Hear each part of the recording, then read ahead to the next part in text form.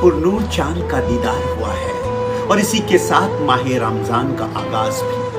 हमारे हमवतन मुसलमान भाइयों ने भी तमाम उम्मा की तरह अल्लाह पाक की बारगाह में इबादत की है, तवारीख की है।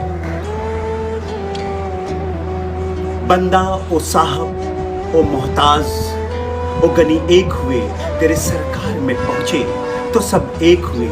ना कोई बंदा रहा ना कोई बंदा नवाज। बेशक इस दफा हमारे मुसलमान भाइयों को मसाजिदों में जाकर नमाज अदा करने का मौका नहीं मिल रहा है। दीन इस्लाम यह भी तो बताता है कि अल खल्क़ु वयालुल्लाह, सारी कायनात अल्लाह का कुंभ है, घर है।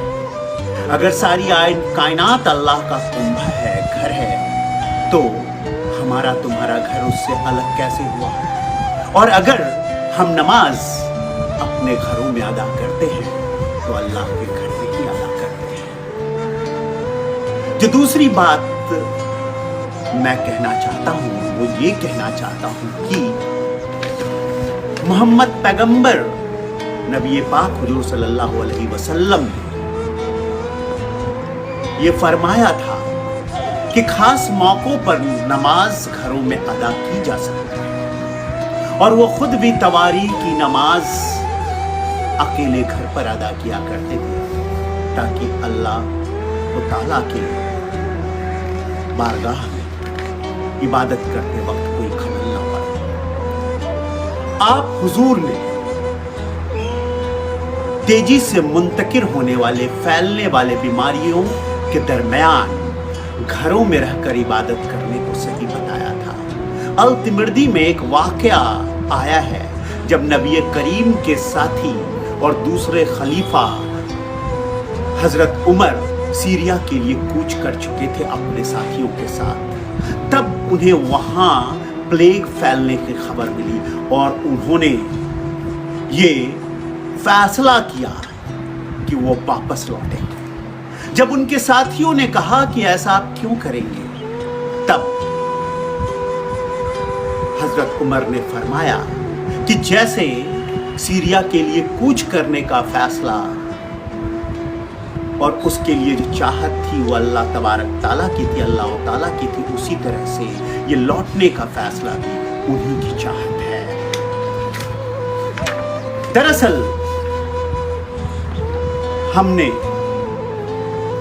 सहरी करनी है, इफ्तार करना है और ये सही है कि इफ्तारी और सहरी के वक्त फलों और मज़ेदार लजीज पकवानों का दस्तरखान इस बार नहीं सजेगा, पर इससे कोई फर्क नहीं पड़ता। नबी करीम हुजूर सल्लल्लाहु अलैहि वसल्लम ने फरमाया था कि अगर तुम्हारे पास रोजा तोड़ने के लिए कुछ नहीं है तो 2 खजूर और पानी से अपना रोजा तोड़ सकते हो, खोल सकते हो।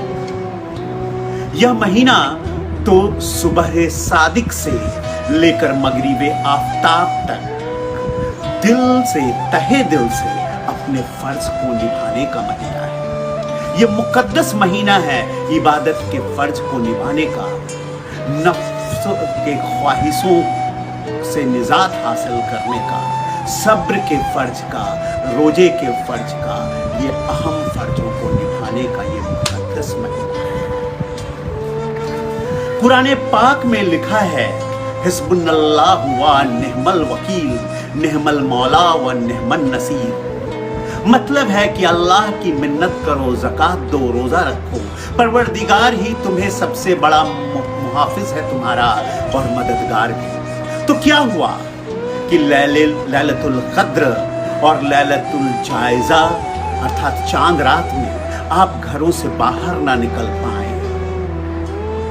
जरूरत पड़ने पर नबी करीम ने भी सुलह हुदैबिया किया था 9 साल 9 महीने 9 दिनों के लिए।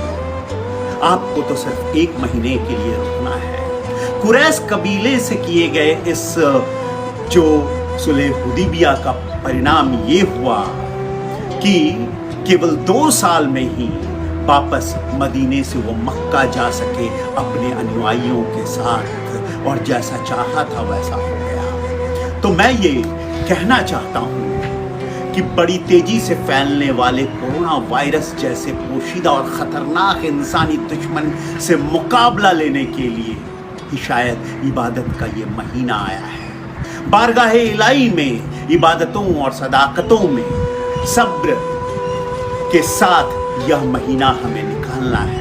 जब तक हम इसके वजूहातों का पक्का पता नहीं लगा लेते और पुख्ता शर्तिया इलाज नहीं ढूंढ लेते, तब तक हमें यही मान लेना चाहिए कि अल्लाह ताला की यही मर्जी है कि हम अपनों के साथ अपने घरों में रहकर रमज़ान का ये मुबारक और मुक़द्दस महीना गुजारें। मैं यह भी कहना चाहूँगा कि रमज़ान उन मुबारक की जानिब से सूरह बकरा की आयत में ये कहा गया है कि ऐ ईमान वालों, तुम पर रोजा उसी तरह से फर्ज किया गया है जैसे तुमसे पहले आने वाली कौमों पर रोजा फर्ज किया गया था, ताकि तुम परहेजगार बन सको, ताकि तुम तकवा कर सको, ताकि तुम अपने नफ्सी ख्वाहिशों से निजात पा सको। तो सब्र करना सीखो, परहेजगार बनना सीखो। कुछ के अपवाद छोड़ दे तो आप और हम सब ने बड़ी जिम्मेदारी का परिचय दिया है, बड़ी जवाबदारी से अपने शहरी होने का कर्तव्य निभाया है।